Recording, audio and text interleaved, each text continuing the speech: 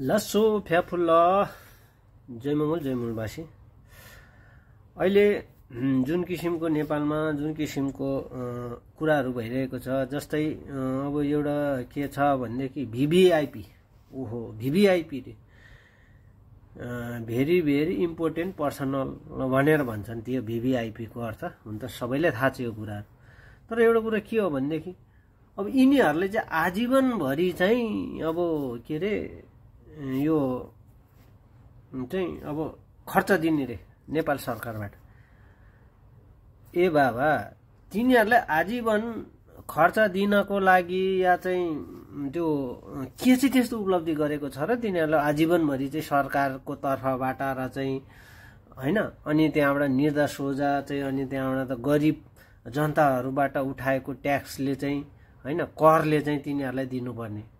आखिरमा जे जस्तो भए पनि तिनीहरू जतिसम्म चाहिँ सरकारको शासनमा छ सत्तामा बसेको छ या चाहिँ कर्मचारी भएर बसेको छ तिनीहरूले त ब्रह्मा लुटाई देशै सक्ने जेलसम्म त भ्रष्टाचार गरेर अकुत सम्पत्ति कमाइसकेको छ त त्यस्तो विधि कमाइसक्दाखेरि पनि अझै पनि तिनीहरूलाई चाहिँ हैन च्यान घाटमा नपुगुन् जेलसम्म पनि चाहिँ अझै तिनीहरूलाई चाहिँ के रे चाहिँ अब सरकारबाट चाहिँ सरकारको ढुकुटीबाट चाहिँ दिने भनेर चाहिँ नेपालका चाहिँ सरकारले चाहिँ अहिले चाहिँ त्यो विधेयक पारित गर्नको लागि कोसिसहरू गरिरहेका छ भनेपछि कतिसम्म चाहिँ अपराधी छ त यो अहिलेको सरकार हैन धेरै अपराधी हो यो त किनकि गरिब हैन निमुखाको चाहिँ पेटमा लात हानेर चाहिँ र चाहिँ तिनीहरूलाई चाहिँ एउटा सडकमा या चाहिँ के रे वहाँनिर कुनै किसिमको रोजगारी नभइकन चाहिँ एउटा बेहाल अवस्थामा छ अहिलेको जर्जर अवस्थामा त्यो जनताको लागि यिनीहरूले गर्यो के भनेपछि अझै पनि भ्रष्टाचार गरेर अकुत सम्पत्ति कमाएर चाहिँ बसेको छ र तिनीहरू रिटायर भएपछि पनि अझ सरकारको तर्फबाट दिने बरु त्यो भन्दा चाहिँ एउटा गरिब निमुखाका चाहिँ बुढाबुढी बाबुआमाहरू जस्तो कमाएर खानु नसक्नेहरू हैन र त्यसै गरेर हैन कुनै पनि किसिमको चाहिँ पहुँच नपुग्ने व्यक्तिहरूलाई खोजी तिनीहरूलाई चाहिँ र चाहिँ कुनै अपाङ्गलाई हैन त्यस्तो व्यक्तिहरूलाई चाहिँ बरु आजीवनभरि चाहिँ अझ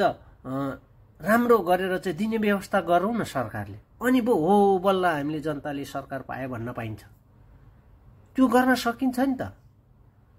अब जस्तै अब त्यो भिआइपीहरूलाई पूर्व राष्ट्रपतिहरूलाई उपराष्ट्रपतिहरूलाई यिनीहरूलाई त घटीमा दिँदाखेरि पनि 50,000 भन्दा कम त दिँदैन भनेपछि त्यो 50,000 तिनीहरूलाई दिनुको साटोमा एकजना व्यक्तिलाई 50,000 दिनुको साटोमा 5 जना व्यक्तिलाई महिनामा 10,000 को दरले दिने गरौँ त त्यो 10,000 को दरले दिँदाखेरि पनि कति उपलब्धि हुन्छ र कति त्यो एउटा गरिब निमुखा र असहाय व्यक्तिलाई कति चाहिँ फाइदा हुन्छ हैन त्यतापट्टि हाम्रो ध्यान जाउँ न हैन जस्तै नेपालमा त्यस्तो भिआइपी धेरै छन् र धेरैले दिने को खण्डमा चाहिँ हाम्रो चाहिँ 10-15 हजार चाहिँ त्यस्तो निमुखा व्यक्तिहरू या चाहिँ 50,000 व्यक्तिलाई चाहिँ त्यो किसिमको फाइदा हुन्छ र चाहिँ त्यो कमाउन नसक्ने वृद्धहरूलाई हैन र असहाय व्यक्तिहरूलाई चाहिँ कति राम्रो हुन्छ यो कुराहरुमा खै ध्यान दिएको हाम्रो सरकार पनि के भन्नु एउटा अपराधिक किसिमको सरकार भयो यो किसिमले चाहिँ एउटा चाहिँ गरिब मारा सरकार भयो हो यस्तो किसिमको सरकारहरू चाहिँ अब हामीले के गर्नुपर्छ भनेर चाहिँ अब जनताहरूले चाहिँ 84 पनि हेर्छौं हेर्दैछौं हेरौं जनताले के गर्छ र अहिले फेरि एउटा अर्को कुरा के छ भनेदेखि नेपालमा राजाको शासन चाहियो रे ए बाबा लु ठीक छ ल राजाको शासन चाहियो त राजाको शासनमा त्यसको एजेन्डा के छ भन्दाखेरि राजा चाहिँ सर्वोच्चमा बस्ने अनि त्यहाँबाट गएर चाहिँ हिन्दू धर्मको स्थापना गर्ने ए बाबा बहुभाषिक बहुधार्मिक बहुसांस्कृतिक देशमा एउटा हिन्दूको मात्रै देश बनाउन खोज्ने हैन र त्यो हुँदै गर्दाखेरि अहिले नेपालका राजावादी जुन जनताहरू छ उनीहरूले यो कुरामा कहिले ध्यान दिएको छ आउँदो भविष्यमा यदि ल ठीक छ ल राजा आए भनेदेखि कतिवटा कुराको सामना गर्नुपर्ने छ थाहा छ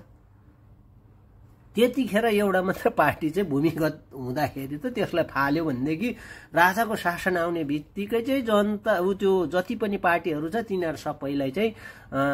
नियन्त्रणमा लिन्छ या चाहिँ यिनीहरूलाई चाहिँ के रे भूमिगत हुन बाध्य बनाउँछ भनिसकेपछि कतिवटा चाहिँ पार्टी र कतिवटा चाहिँ सङ्घ संस्था सङ्गठनहरू भूमिगत हुन्छ र अनि त्यो भइसकेको सङ्गठन भूमिगत भइसकेकोहरूले चाहिँ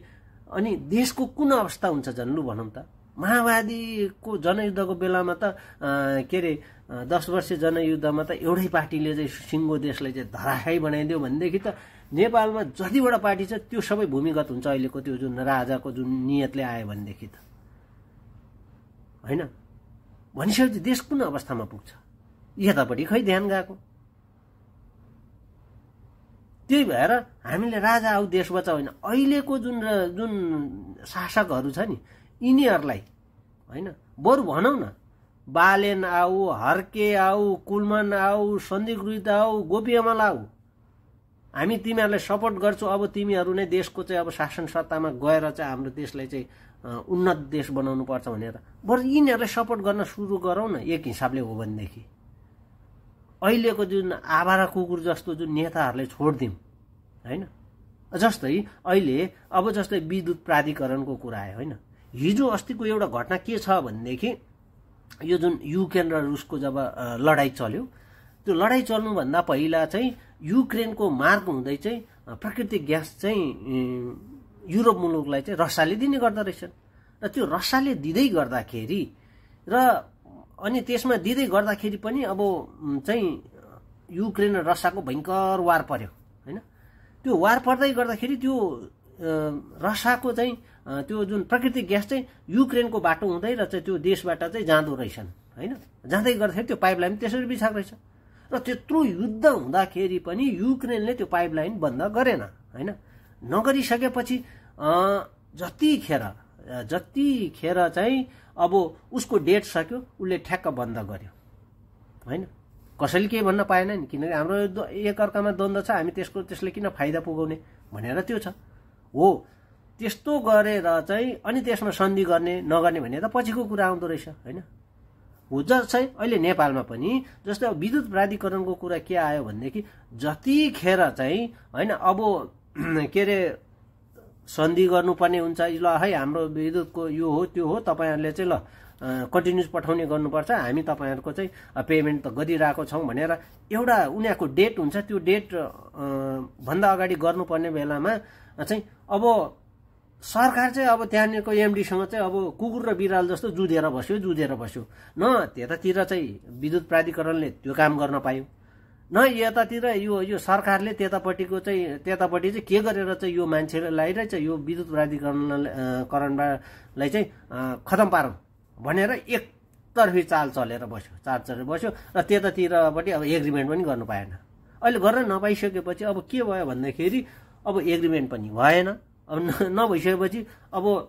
आखिरमा हामीले भारतबाट ल्याउने बिजुली त फ्रीमा त ल्याएको होइन, पैसै दिएपछि उनीहरूले दिने होइन। त्यो कुराहरू हुँदै गर्दाखेरि एग्रिमेन्ट नभएपछि त उसले त अब एग्रिमेन्ट बिना त कुनै पनि चिज पठाउँदैन नि। जस्तै कुनै पनि मालहरू हामीले कुनै पसलमा किन्नुपर्छ या के किन्नुपर्छ हामीले पैसा दिएपछि त उनीहरूले दिन्छ, त्योभन्दा यता दिँदैन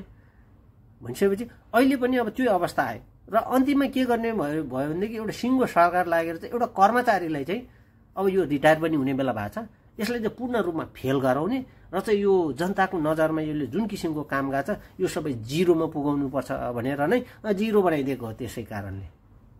भनेपछि अब यो कुलमान घिसिङलाई चाहिँ अब यो असफल व्यक्ति हो र यसले गर्न सकेन भनेर चाहिँ दीपक खड्का र चाहिँ केपी ओलीको यो मेन षड्यन्त्र हो। र नेपालमा यदि यिनीहरूले चाह्यो भनेदेखि आजको भोलि नै एग्रिमेन्ट भएर फेरि चाहिँ त्यो जुन आउने बिजुलीहरू चाहिँ मजाले चाहिँ आउँछ होइन। के कति आउँछ त्यो आउँछ, तर यिनीहरूले त्यो एग्रिमेन्ट गर्दैन। अब जबसम्म कुलमान घिसिङ 4-5 महिनासम्म बस्छ त्यतिखेरसम्म यिनीहरूले लगभग एग्रिमेन्ट पनि गर्दैन र कुलमान घिसिङलाई एकदम एउटा काम गर्ने व्यक्तिलाई चाहिँ एकदम नराम्रो तालले चाहिँ यिनीहरूले चाहिँ के अरे असफल बनाएर विदाई गर्छ।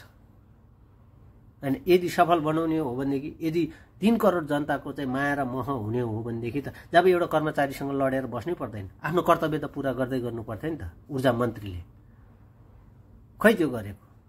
र त्यसको साथसाथमा खै त केपी ओलीले गरेको, केपी ओली त प्रधानमन्त्री हो। प्रधानमन्त्री जस्तो व्यक्तिले जब झिनामसिनो कुरामा अल्झेर बस्छ र चाहिँ जब एउटा व्यापारीको लागि चाहिँ सिङ्गो चाहिँ 3 करोड जनतालाई चाहिँ एउटा चाहिँ ढुङ्गे युगमा पुगाउनु खोज्ने भने चाहिँ यस्तोहरूलाई हामीले के हेरेर चाहिँ सपोर्ट गरिरहेको छौँ क्या। त्यही भएर अब तपाईँ हामी सुध्रिनुपर्छ र चाहिँ यस्तो किसिमको व्यक्तिहरूलाई चाहिँ हामीले मन मुटुदेखि नै निकालेर फार्नुपर्छ। चुनावमा भोट दिएर जिताउने त परै जाओस्। यति भन्दै यहाँहरू सम्पूर्णलाई चाहिँ सचेत हुनको लागि आग्रह गर्न चाहन्छु। लासो फ्याफुल्ला, जय मङ्गल, जय मङ्गवासी।